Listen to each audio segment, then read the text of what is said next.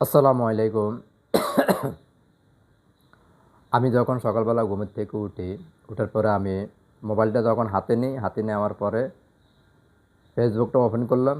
Open করার পরে বাপে ছেলে বাপেকে মারে। আশেপাশের লোকজনে দাঁড়ায় দাঁড়ায় দেখতেছে। আমার থেকে মানে আমি নিজেকে নিজে আমি ঠিক রাখতে পারি না। আমার চোখের পানি পড়তেছে। আমি ওসব ভাইদের উদ্দেশ্যে বলবো যে, ভাই, তোমরা কোনো এক সময় ছেলের বাপ হবা, তখন বুঝবা। আমি বিশেষভাবে অনুরোধ করে বলবো, যাদের বাপ মা আছে, ভাই কখনো বাপ মার গায়ে হাত উঠাবেন না।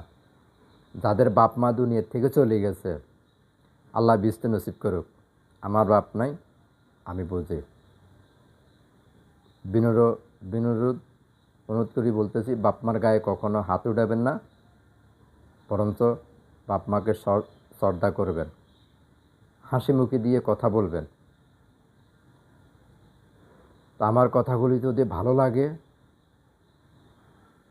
অবশ্যই ভিডিওটি শেয়ার করবেন, কমেন্ট করবেন, লাইক করবেন।